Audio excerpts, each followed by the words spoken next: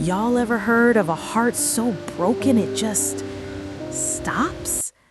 Not from cholesterol, not from old age, but from bullets, from betrayal, from a life so cold it froze the blood right in the veins. Doctors, 6 of the best surgeons in South Korea were standing over him, shaking their heads, pulling off their gloves. "He's gone," they said. "Time of death, 3:04 a.m. But then, a desperate, exhausted, pregnant maid like me, invisible to everyone in that room, collapsed on his chest, just looking for a place to rest my head for 1 second. And that flatline, it beeped. Once, twice, thundering back to life right under my cheek. His name was Kang Min-ho, the head of the Shadow Lotus Syndicate, the Mafia King of Seoul, a man with more blood on his hands than I had in my veins. And that hug, it didn't just save him. It didn't just restart his heart.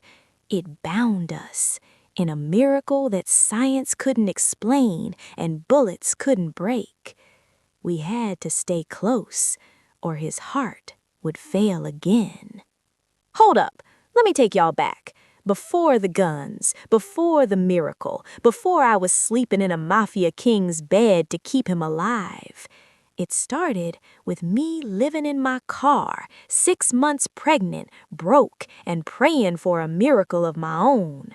My name is Tiana Marie Washington, and if you know anything about the Washington women from the south side of Chicago, you know we don't break. We bend, we adapt, we survive.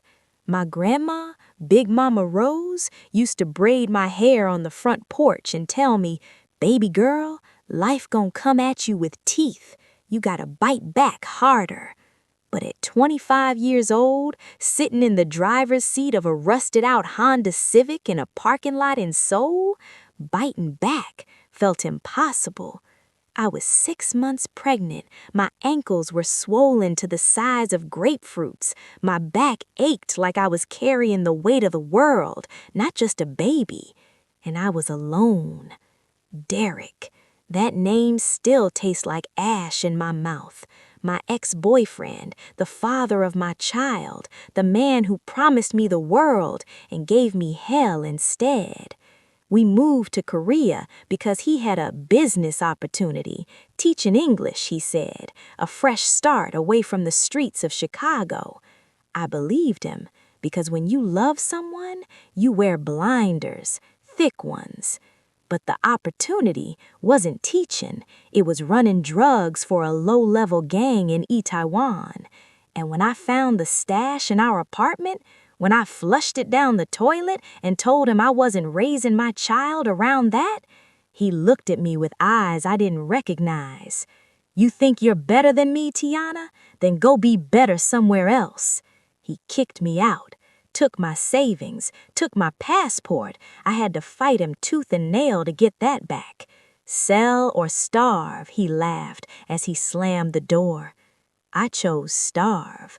I wasn't gonna let my baby eat food bought with poison money. So here I was, homeless in a foreign country, eating convenience store ramen, washing up in public bathrooms, hiding my bump under baggy hoodies so nobody would ask questions. My doctor, a kind woman at a free clinic, told me, "Tiana, your blood pressure is too high. The stress, it is dangerous for the baby."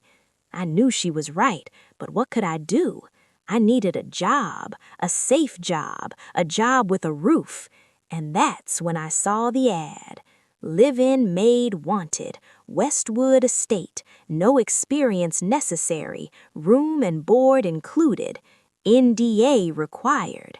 It sounded too good to be true, and in my experience, if it sounds too good to be true, it usually ends you in a trunk. But I was desperate. I used my last few won to take the bus out to the outskirts of the city. The estate was massive.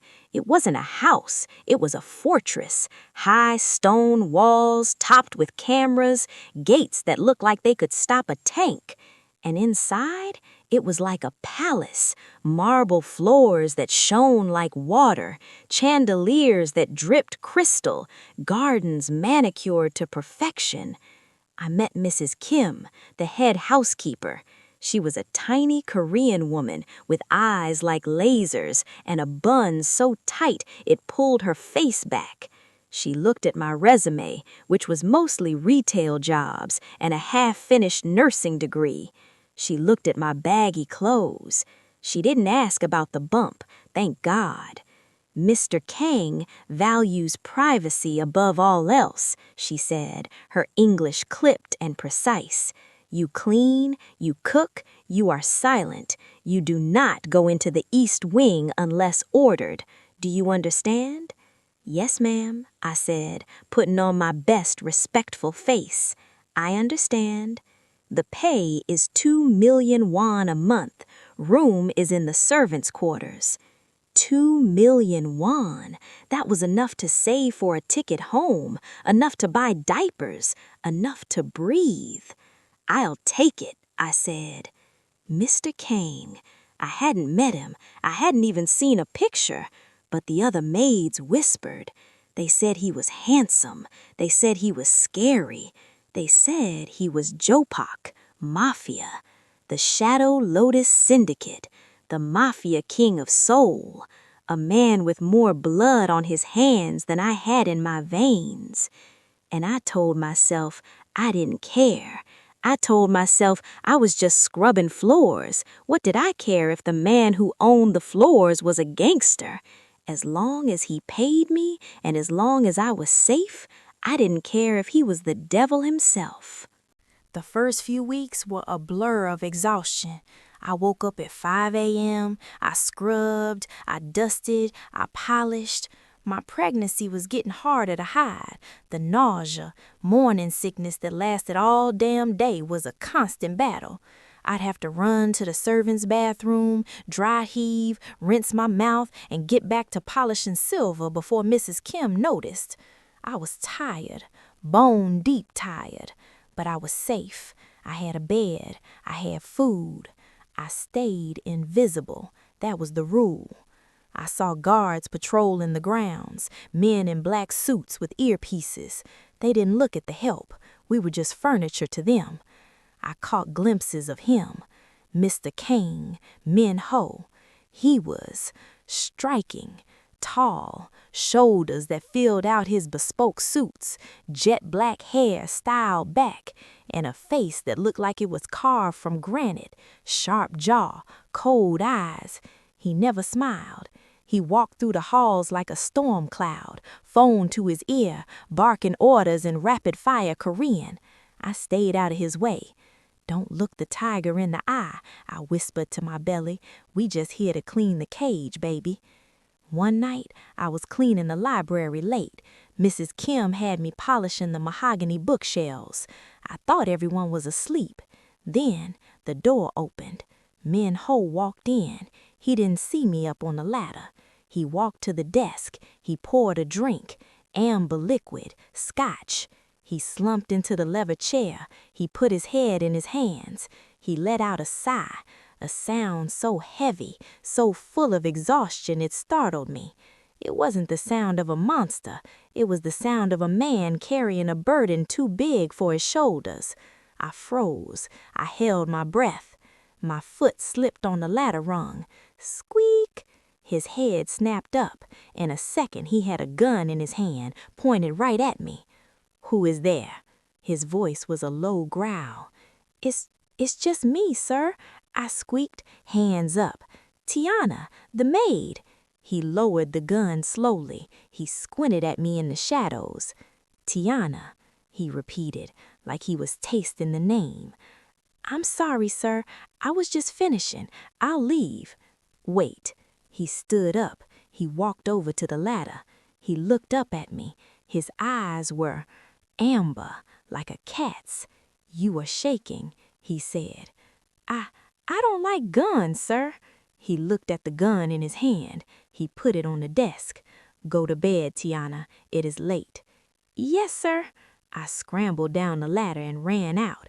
My heart was pounding, not just from fear, but because for a second, just a second, I saw something in those amber eyes. Loneliness. It was a Tuesday, a month in. I was in the kitchen peeling potatoes. The world exploded. Gunfire erupted from the front gate, loud, close. "Get down!" the cook screamed. We scrambled under the heavy prep tables. I curled around my belly. "It's okay, baby. It's okay." The noise was deafening, glass breaking, men shouting. Then silence, followed by frantic yelling. "The boss! The boss is hit!" I peeked out. Guards were rushing through the hallway carrying a stretcher.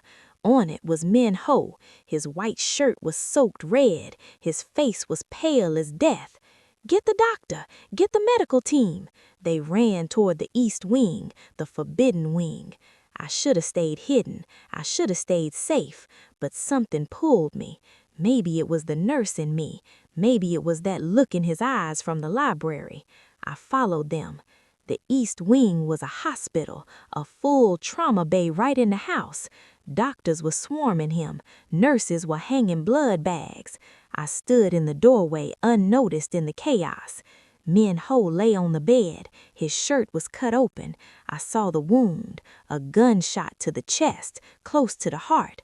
I saw the tattoo, a massive dragon, inked in black, winding over his heart, now covered in blood. "BP is dropping, 60 over 40. We're losing him. Charge to 200. Clear." Thump. His body arched off the bed. Still V-fib. Again. Charge. Thump. Nothing. The monitor whined, that high-pitched, steady tone that every nurse dreads. Beep.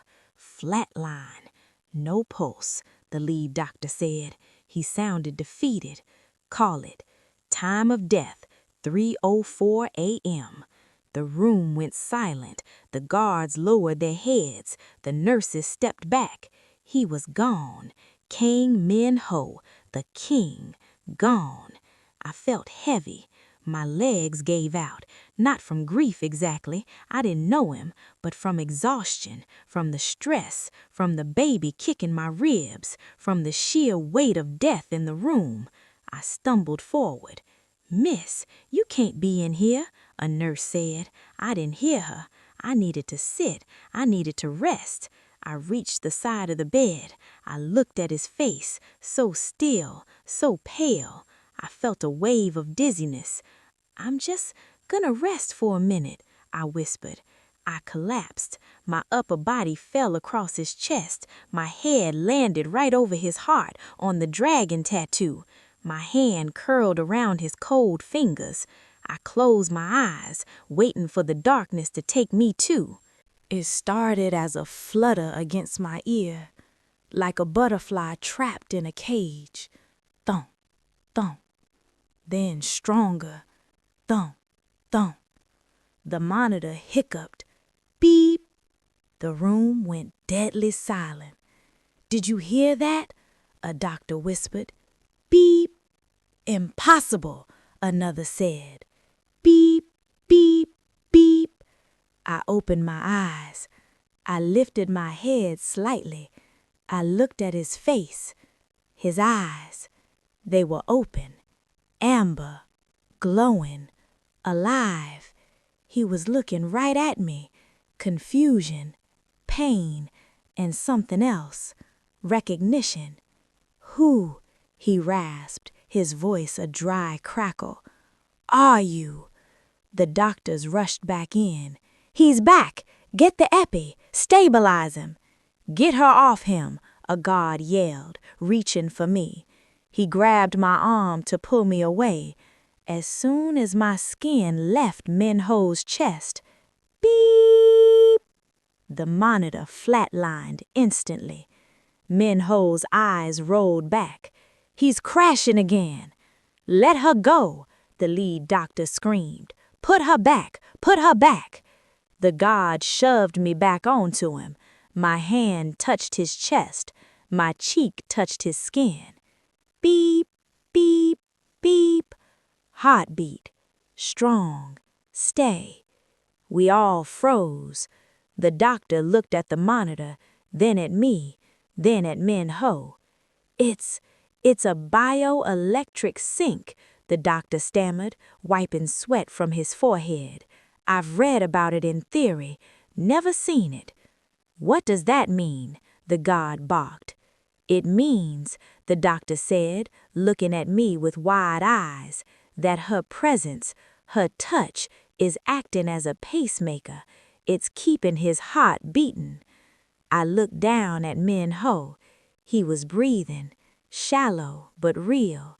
His hand, the one I was holding, tightened around my fingers, weakly but possessively. "Don't," he whispered. "Leave." I looked at the guards. I looked at the doctors. I looked at my pregnant belly pressed against the Mafia King's side. "I guess I'm not going anywhere," I whispered back. You ever tried to leave a room and had a grown man's heart stop just because you took 2 steps to the left? Yeah, that was my Tuesday. For the next 6 hours, we ran tests. Well, they ran tests. I just sat there like a glorified battery charger. The doctors were sweating bullets. They moved me 5 feet away. Beep, beep, beep. His heart rate dropped to dangerous lows. They moved me 10 feet away. Beep! Arrhythmia. They moved me back to the bedside, my hand resting on his arm. Beep, beep, beep. Normal sinus rhythm, 72 beats per minute. "It's a biofield resonance," the lead doctor muttered, scribbling furiously on his chart. "Her electromagnetic field is stabilizing his cardiac node. It's unheard of." "So what?" I asked, shifting my weight. My lower back was killing me. "I'm a human pacemaker?" "Essentially," the doctor said. "For now, you cannot leave his side, not more than 10 feet. I looked at Min-ho. He was awake now, groggy, pale, but awake. He was watching me with those amber eyes, not with gratitude, but with calculation. 10 feet, he rasped. "Yes, sir," the doctor said. Min-ho tried to sit up. He winced, clutching his chest. "Then she stays." "Excuse me?" I stood up, carefully, so I didn't kill him. "I didn't sign up for this. I have a job. I don't have a life, but I have dignity. I can't sleep in a hospital room with a stranger." Min-ho looked at me. He looked at my belly. "You are homeless," he stated, blunt. "I am between situations." "You are sleeping in a Honda Civic," he countered. "My security ran your background while you were unconscious. That is an invasion of privacy. That is standard procedure." He took a breath, steeling himself against the pain. "I will pay you." "I don't want your money." $10,000 US. I froze. "A month?" I asked. "A week." $10,000 a week. I did the math in my head. That was an apartment. That was a nursery. That was college for my baby. That was a ticket back to Chicago and a house for Big Mama Rose. And, he added, his voice softening just a fraction, full prenatal care, the best doctors in Seoul. Your child will want for nothing. I looked at my belly. I felt the baby kick, a strong, solid thump. I looked at Min-ho, the Mafia King, the man whose heart literally beat for me. "I need a contract," I said, crossing my arms, "and I pick the food." A ghost of a smile touched his lips. Done. They moved us to the penthouse suite of the estate. It wasn't a room. It was a fortress of glass and silk. Floor to ceiling windows overlooking the Seoul skyline. A bed bigger than my entire car. A bathroom with a tub deep enough to swim in. But it was still a cage. Guards stood outside the door 24/7. And because of the 10-foot rule, I couldn't even go to the bathroom without leaving the door cracked open so Min-ho could hear me. Talk about romance killer. The first few nights were awkward. He slept on the right side of the massive king bed. I slept on the far left, curled around a body pillow, building a wall of pillows between us. "This is weird," I whispered into the dark on the second night. "Go to sleep, Tiana," he grumbled. "I'm just saying, it's weird. You're a crime lord. I'm a maid. This is like a bad Wattpad fan fiction." "What is Wattpad?" "Never mind." But slowly, the awkwardness faded. Proximity forces familiarity. You can't share a breathing space with someone and not start to know them. I learned that he groaned in his sleep when his wound hurt. He learned that I snored when I was really tired, which I denied, obviously. He learned that my baby was most active at 2 a.m.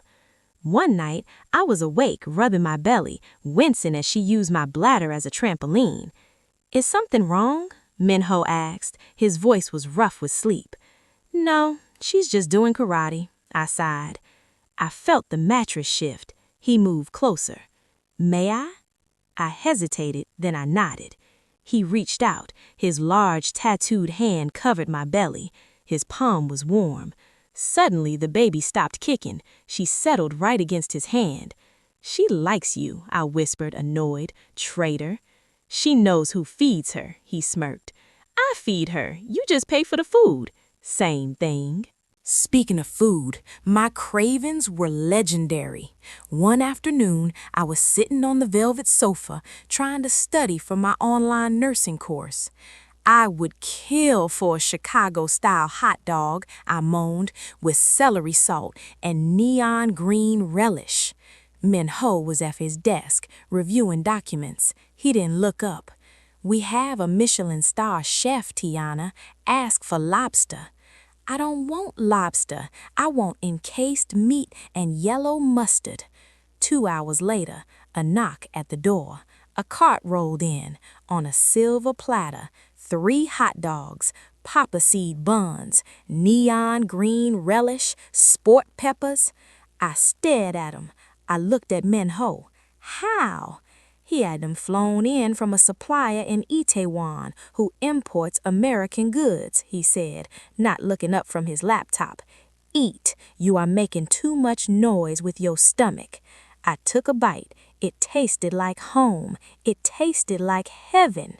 I looked at him, really looked at him. "Thank you," I said softly.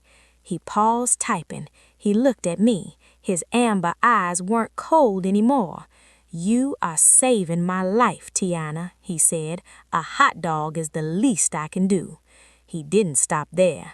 New clothes appeared in the closet, maternity leggings that felt like butter, oversized cashmere sweaters that hid the bump but made me feel expensive.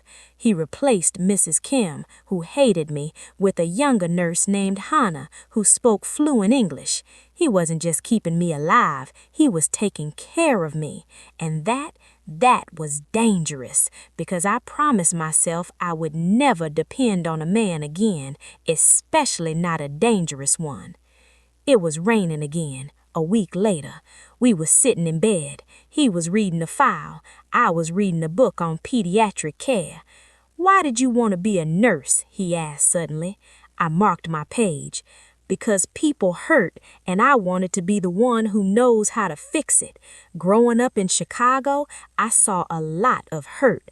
My cousin got shot when I was 12. I held pressure on the wound until the ambulance came. The paramedics said I saved him. I liked that feeling." Min-ho nodded slowly. He unbuttoned his shirt to check his bandages. I saw the scars, not just the fresh gunshot wound, old scars, knife wounds on his ribs, bullet puckers on his shoulder, a long, jagged line down his back. "You have a lot of hurt, too," I whispered. He grew up in an orphanage in Busan. His voice was distant. It was not a kind place. I learned that if you want to survive, you must be the one holding the weapon, not the one bleeding. "But you're bleeding now," I pointed out. He looked at me. "Yes, and you are the one holding the pressure." He reached out and took my hand. He placed it over his heart. Thump, thump, thump. Strong, steady.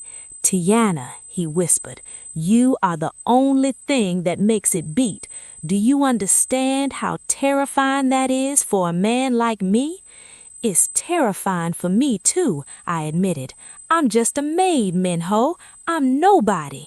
You are not nobody, he said fiercely. You are my heart. The bubble had to burst eventually.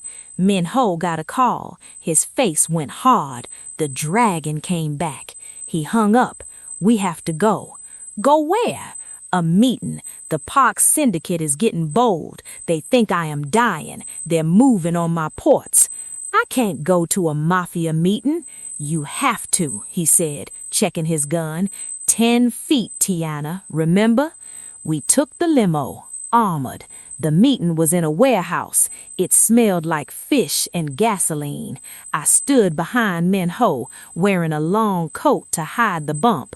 There were men across the table, nasty-looking men. They laughed when they saw me. The dragon brings his whore to the table, one of them sneered in English. Min-ho didn't yell. He didn't scream. He stood up. He walked over to the man. He grabbed his head and slammed it on the metal table. Clang. Silence. She is not a whore, he said, his voice calm and deadly. She is the reason you are still breathing. Show respect, or I will remove your tongue. He walked back to me. He put his hand on the small of my back. Are you okay? He whispered. I was shaken, but I nodded. I'm fine. Good. Let's go get ice cream. And just like that, the monster was gone and the protector was back. That night, a storm hit Seoul, a typhoon. The power went out in the estate. The penthouse was plunged into darkness, lit only by the flashes of lightning. I hate storms. They remind me of the nights I slept in my car, terrified the wind would blow the windows in. I was trembling in the bed. Tiana, Min-ho's voice was right beside me. I'm okay, I lied. Lightning flashed. Crack! I yelped and buried my face in the pillow. Strong arms wrapped around me. He pulled me against his chest. His back was to the storm, shielding me. I have you, he whispered into my hair. I breathed in his scent, sandalwood and rain. I pressed my ear against his chest. Thump, thump, thump. Your heart is racing, I whispered. Because you are close, he murmured. He pulled back slightly. In the lightning flash, I saw his face. He wasn't looking at me like a patient looks at a doctor. He was looking at me like a man looks at the only water in the desert. Tiana, he breathed. His hand came up to cup my face. His thumb brushed my lip. This arrangement, he struggled with the words, is becoming difficult. Because of the baby? I asked, my heart hammering. No, he said, because every time you touch me to save my life, I want to touch you for a different reason. He leaned in. His forehead rested against mine. The air was electric, more than the storm outside. Can I? He asked, asking permission, the king asking the maid. I closed my eyes. Yes.